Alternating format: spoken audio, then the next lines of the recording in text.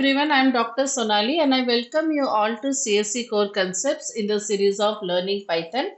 So far we have discussed about the various data types in Python and we have seen some practical examples and have solved some quizzes based on that. Now in this video we are going to discuss about the various conditional statements used in Python. And of course, at the end, I will give you some exercise to solve, some programs to write on your own, and of course, it will be followed by a quiz. So don't forget to like, share, and subscribe to CSE Core Concepts and do watch the video till the end. Now, what is the use of a conditional statement is that you are going to execute certain block based on a specific condition. That if this condition is true, that only certain operations will be done. Otherwise, you have to handle the situation in a different way. So in a if statement, it is the simplest of the conditional statements where you can write only one condition or you can combine multiple conditions using and or operators. So if the condition is true, you will execute the block, otherwise not. So if you are taking the age as an input and you want to determine whether the person can vote or not, then you can can have the condition if the age, otherwise not, right? I will show you. Secondly, you have a other way of writing that if age is greater, print this. Simple shorthand in simple statement. Now today, for writing the code, I am going to use the Google Colab. So far we have done in IDLE. So by now I hope that you know that how to write the code in Python ideally or any other text editor, and how to save them, how to execute them. So now we will discuss it in Google Colab. So you will get a page something like this, and where you have to add this code, and here you can start writing the code. So let's say, for example, I am saying age is equals to input, and I am telling the user to enter his age, enter your age. Now, if you remember in my previous video, we have discussed that input function takes the value in the form of a string. So, age is a integer and you can convert it using int by typecasting. So, here you can write the condition if age is greater than or equals to 18 and then followed by a colon. Now, here you can see the indentation is very obvious, right? So, it has done it automatically. So you want to print eligible to vote, right? So here you can simply press it and done. Your age is asked. So you're writing 12. So it will not do anything, because why it will not do anything? There is no other situation. So if you are writing my age is 21, it will print. Now what if the age is not under eligibility? So that for those cases you have a else condition with if, okay. So else will provide a way to handle other cases apart from that specified condition. So how will you write the else part? Simply like if. So if you have written this is the case, else you will, with the colon, you will write pay for the ticket, right? Shorthand is also possible here, where you write down that first you have to, the syntax is that you write the result, then you write the if, then you write the else. Very interesting. So shall we try one? Let's do it. So let's say I am writing marks is equals to, I am taking input from the user. Okay, the marks what he has obtained. So input, enter your marks, right? So now if I am saying that result is equals to pass, I am saying result is equals to pass if marks, this is a shorthand way, long hand is always there. If marks is greater than equals to, if marks is greater than or equal to 40, okay, in same line you will write else result is equals to fail. Okay, now let's say you want to print it, so you will write print, and you know the f function format, right? So in that you will write result is equals to, and in curly bracket you can use the variable name, right? All this we have already discussed in the in our earlier section, right? So result is equals to pass, so it invalid, maybe you meant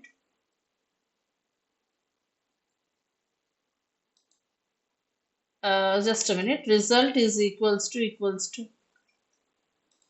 Okay, so here it is a string, result is a string. So we have to take this double equal to, we are assigning the value. Then we are printing the result. So you can see it is asking my marks. So if I am writing 43, so it is saying me result is pass, right? So in one sentence also you can write it down. So if you have multiple conditions apart from if and else will handle only two conditions. But if you have multiple, more than that, then you can go for else if. But else if is written in a different way here, that is elif. Okay, so if the first condition, now let's say for example, you have x, you have written x is equals to, x is equals to 2, right? Now first condition you are writing if x is greater than equals to, if x is less than equals to 5, okay. Then you are writing else, if x is less than equals to 10, right? Do something. And then you are writing else. Now, if it is x is equals to 2, so this condition is true. This condition is also true. So then what will happen? The first one which is executed, first condition which is true will be executed. It will not go to the second condition. So you have to choose your conditions very wisely. So let's say age you are taking, if he is less than 12, child, else if he is less than 19, teenager. Like this you can have multiple statements using if else if. Otherwise you can have nested if else. Nested if else means a if else inside another if else. Let's say you have a superstore and you are saying that if a person is a senior citizen, means his age is greater than equals to 60, and if he is a member of the store, he will get 30% discount. If he is a senior citizen but not a member, he will get 20% discount. And if he is not a senior citizen, he will not get any discount, right? So how does this condition looks like? Let us write a code here. Say I am saying age is equals to, I can input the age, right? So integer, I can say input, enter your age, right?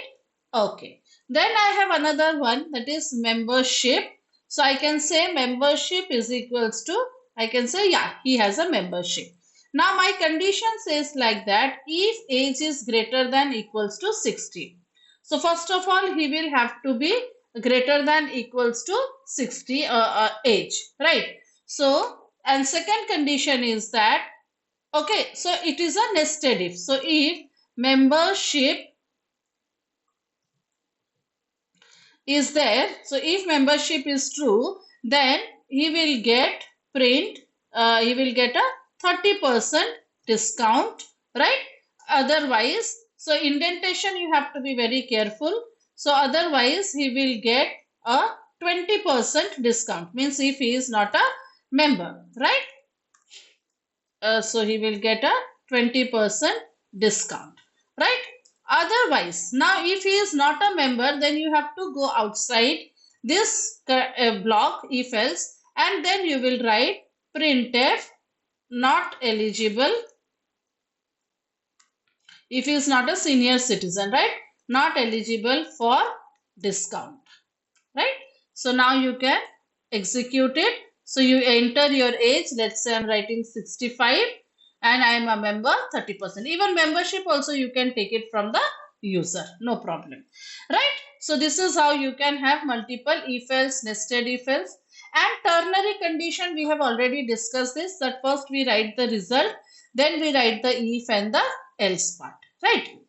Now another one type of conditional statement is the match case. It is similar to a switch case which you do in other programming languages.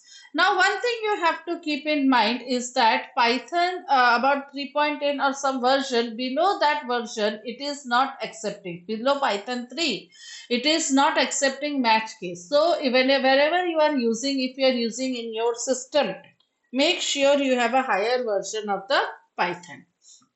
Now this is similar to like your switch case. So let us try to understand the syntax and let us write down some command on this, right? So let us have a writing. Say you are going to have some error number, right? So based on the error number, you are saying, let's say 200. Okay. Even you can take it from the user, not an issue. Now, like switch keyword, you have to write here match. Now, what you are trying to match, that variable, you have to write number and a colon. Now, the first is that case. So, case here, it is an integer. You don't need a quotes. So, case 200. So, let's say you are saying it is successful. No error is there, right? Now, you have to come out case, let's say 404. So, you may print not found. Understood? And if you want to go for a default case, right? We used to write default keyword. Here it is simply an underscore, right? You have to simply write an underscore. So print other error. Okay. So now you can see here. So it is not found. Okay. So, okay, I have written this. Sorry. Okay, so this is print, so it is saying successful because I have given the error number. You can take it from the user also. Now you may want to have multiple conditions also, multiple cases also you want to handle. Like two cases are having the same result. Let's say login, okay, access. Somebody is trying to access the system. He will be allowed only if he is an admin or a manager. Other than that, other users are not allowed, right? So how can you let's say you are saying user underscore role. Okay, you are taking it an input from the user, enter your role. Now it is a string, you need not do typecasting.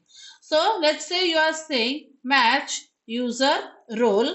Now you are saying case if he is an admin. Now another, even if he is a manager, you are allowing, right? So or operator using this pipe symbol.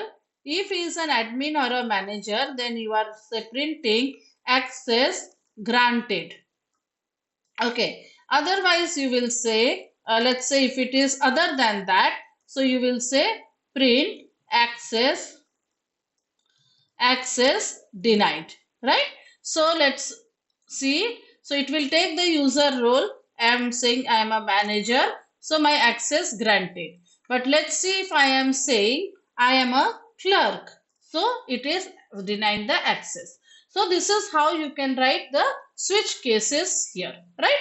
Next is that here's some exercise I am giving you. You can try the first one. I am not sure whether you can do it here or not. For that, you even have to have an eye on the next video that is about loops. But you can always try on your own if you know that you have to find the factorial of any number, given number, right? It is using loops, right? If you can, otherwise wait. Then next is that give a positive integer and determine whether it is even or odd. That is very interesting. You can do it using the if else statements. Given two numbers A and B, write a calculator application. So if you want to write a calculator application, you have to use a match, and then you have the calculator is giving you the option of addition, subtraction, multiplication, division, exponent. Okay, you can give some other operations and create a mini calculator type of an application. Or what you can do over here is that you can we can have other examples like calculate the simple interest for a given principal amount. The rate of interest you can take it from the user, right? So try these applications, and we will have a video on this also, how to solve this problem. But first I want you all to solve it on your own, and do write to me in the comment section whether you are able to do it or not. And here comes your quiz. So you have to answer this quiz, which is the following correct syntax for a ternary condition. Then based on this code snippet, you have to find out the correct answer. You can execute this code snippet in your Python IDE. And again, for this same also, this code snippet you have to execute, and you have to tell me the correct answer. Do write me the answers in the comment section, and I will tell you whether they are correct or not. And of course, like, share and subscribe to this channel, and stay tuned for more. Next video, we are going to study about loops. Thank you.